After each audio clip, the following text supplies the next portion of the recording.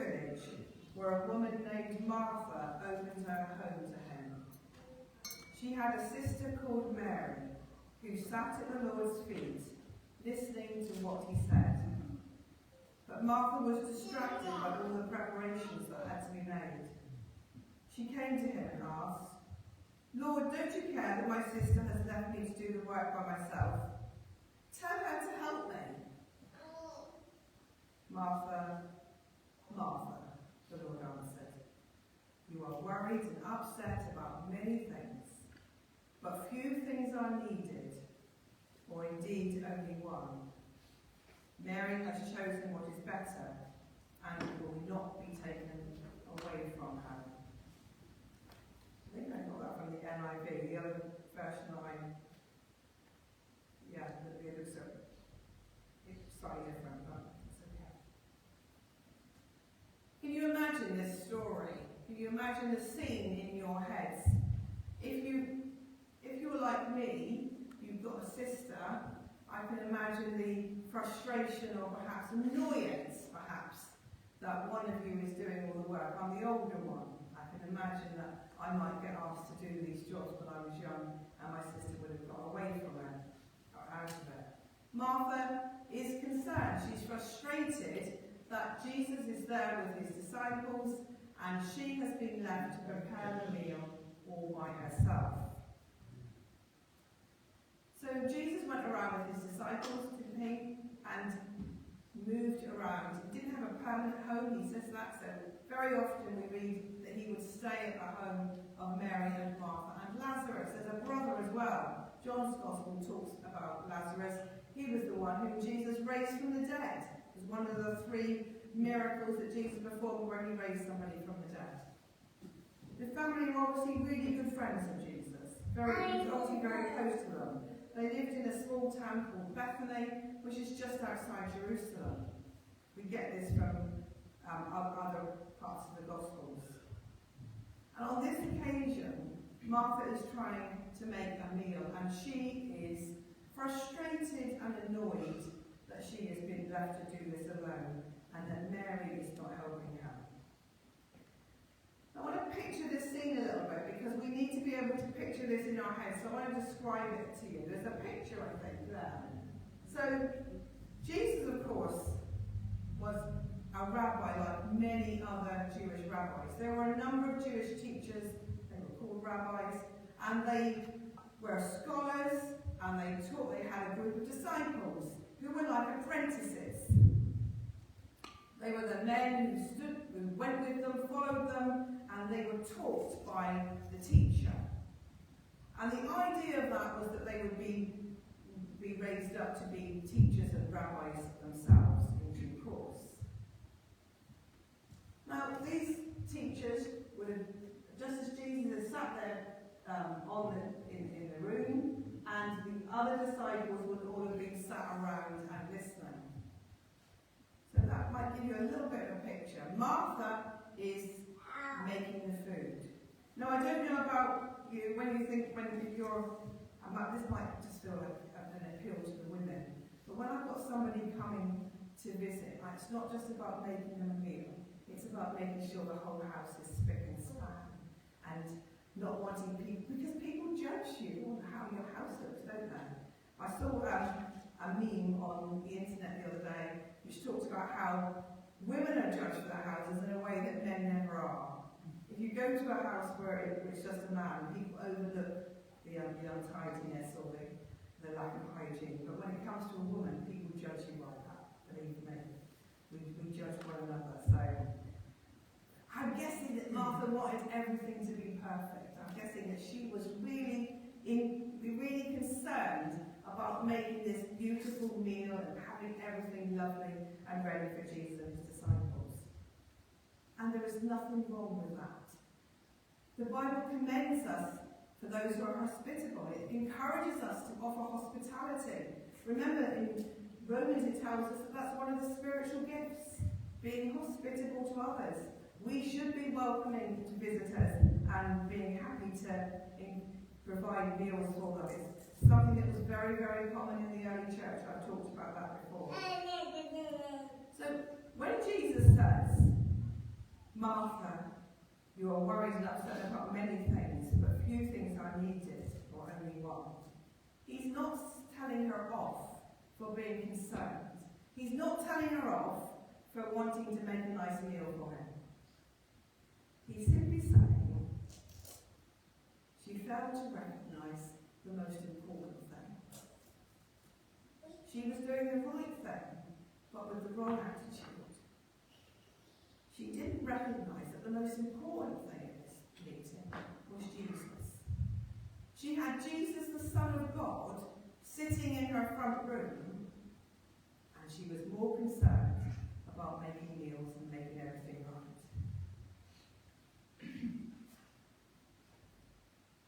Jesus knows her heart, you see, and he knows what she's thinking, and he can see that she is being distracted. He says, Martha, you are distracted by many things. And that's why I think he's not just talking about the meal. Her mind is all over the place. She's trying to do lots of things. Multitasking. They say that women are good at that, but I'm not. I don't know about other women. I think that's a myth. She's distracted by many things. She is not focusing on the one thing that is important. Martha had got her priorities wrong.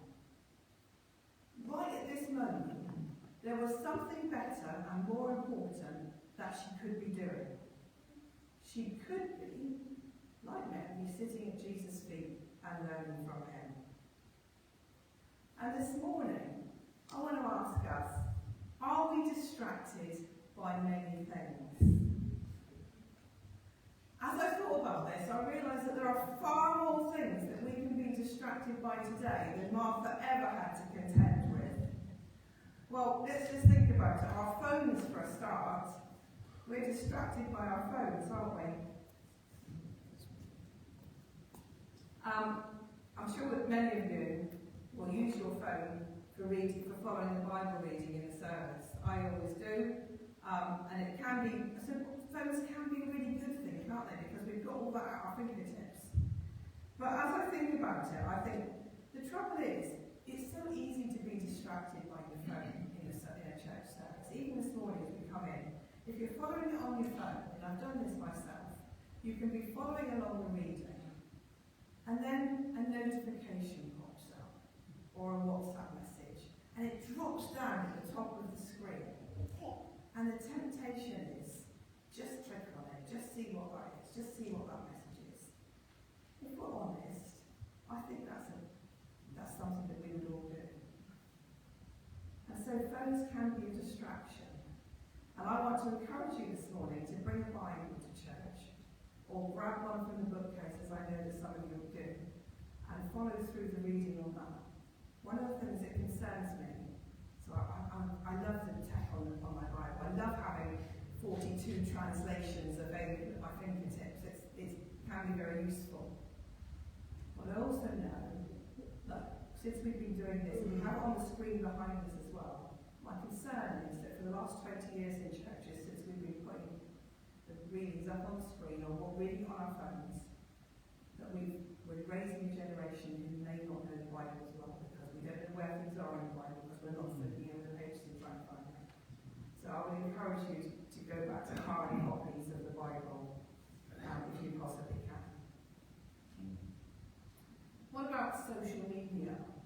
What about, all the social media things, Facebook, TikToks, whatever they may be? It's easy to lose track of time, isn't it, when we're looking at social media? We think we're just going to pop on here for a minute or two, and before we know it, a couple of hours has gone past. It can be a distraction. What about TV? Again, it's not a bad thing in itself. It can be informative, and it can help us to relax. It can be a good thing, but we need to be careful what we watch. We need to be wise. We need to think, is this program helpful or good for me, or will it be destructive? Is it a help for me in my general life, or will it be a hindrance to me in my walk with Jesus? And how much time do we spend watching TV when we could be doing something more important? Computer games, for example, how addictive they can be. I've fallen into that trap many times myself. How many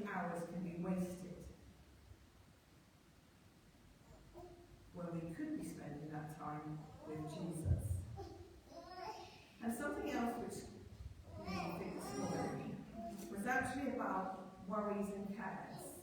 They can be a distraction too. I don't want to just name all the things which can be bad influences in our lives. Sometimes Martha was distracted by something which was basically a good thing. She wasn't doing something which was wasteful. She wasn't doing something which was time wasting. She wasn't doing something that was selfish. She was actually doing a good thing. But she hadn't got the priorities right. It was still a distraction. And as I was preparing this morning, I thought about our worries and cares and how they can be a distraction to us. I thought about how often I can come into church myself with a load of things going on in my mind. Good things that there are good cares that I'm caring about people for, but they can so often distract us from focusing on God. I'm often very worried and distracted by things that are going on in my family life, and I'm sure that some of you will relate to this.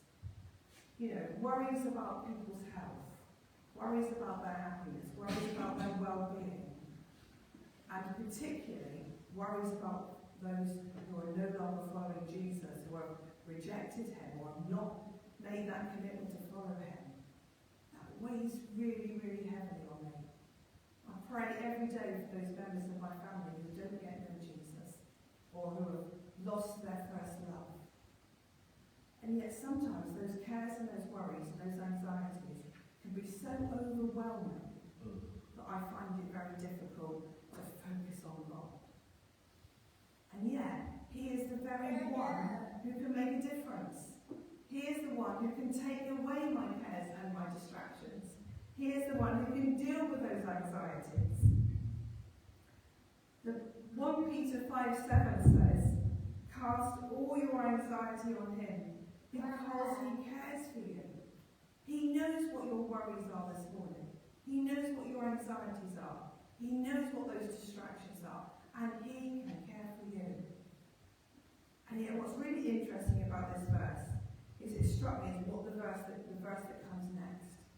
1 Peter 5:8 says, "Be alert and of sober mind. Your enemy the devil prowls around like a roaring lion, looking for someone to devour. Resist him, standing firm in the faith." You see, Peter was very much aware of the fact that our cares and our anxieties can be a distraction. And there can also be a weakness where we allow the devil into our lives. The devil knows our weaknesses, and he seeks to get in with those weaknesses. He seeks to make a distraction for us. And he knows that can lead us away from God. And instead of that, we need to put all our cares and worries upon him. We give all of those concerns to him. And I know this is really hard. This is really hard. But I have to remind myself that we constantly need to come to Jesus in prayer and say, here are the things that I'm worried about. Here are my anxieties. I give them all to you. And we need to be confident that he can deal with them. He is trustworthy. He is reliable. He will not ever let us down. He will deal with them if we let him. So often, I remember hearing this example many years ago, and it stuck with me. Where somebody said, we take all our cares and worries to the cross. We take off our burden. We lay it down at the cross. We say, Lord, here are my cares and my worries and my concerns. Here is what's burdening me right now. And then we stand up and we pick up the load again and put it back on our backs again. Is that really true for everyone? It often rings true for me. I find that really hard. But that's what trusting God is all about.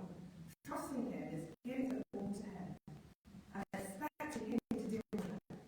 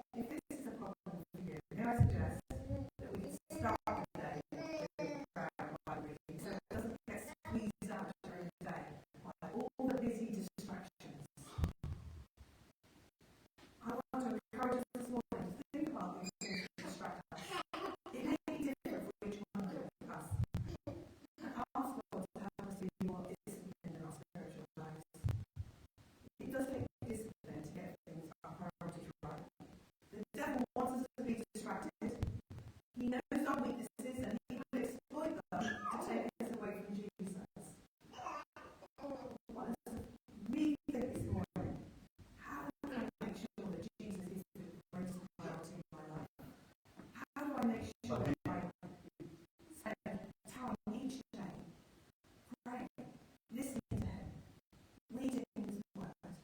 How can I grow as a Christian if those things are squeezed out of my life in favour of all the other possibly good things that we're doing? So that's Martha.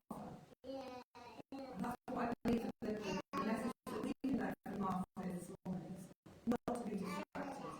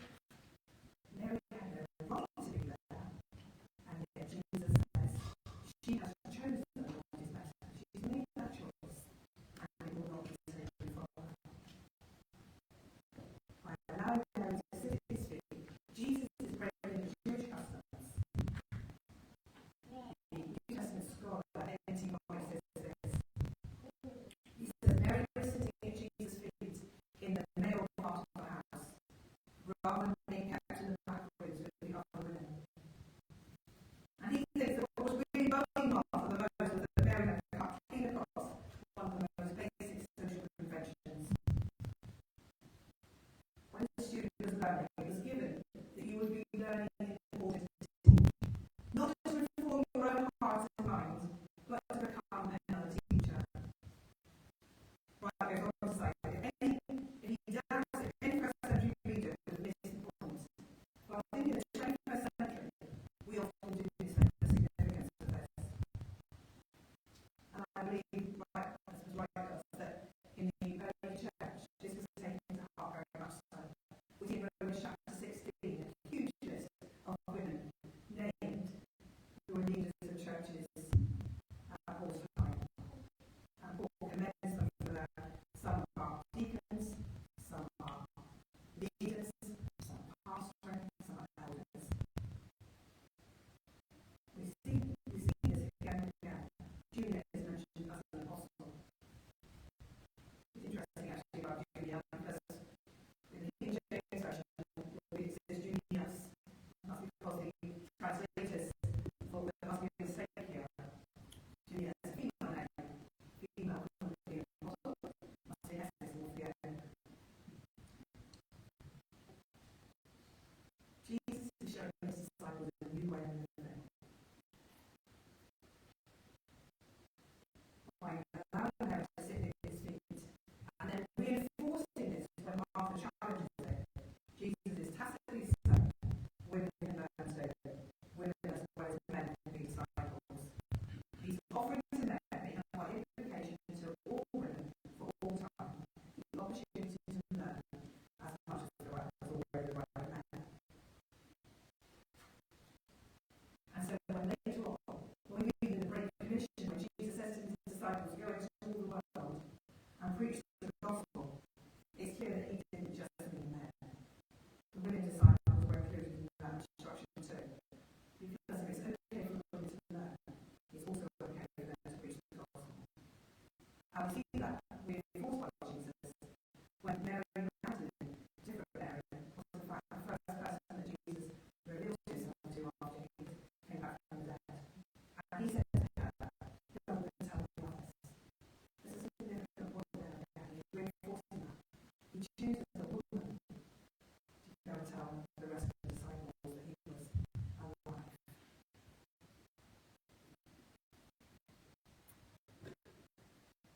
Mary has chosen what is better, and it will not be taken away from her.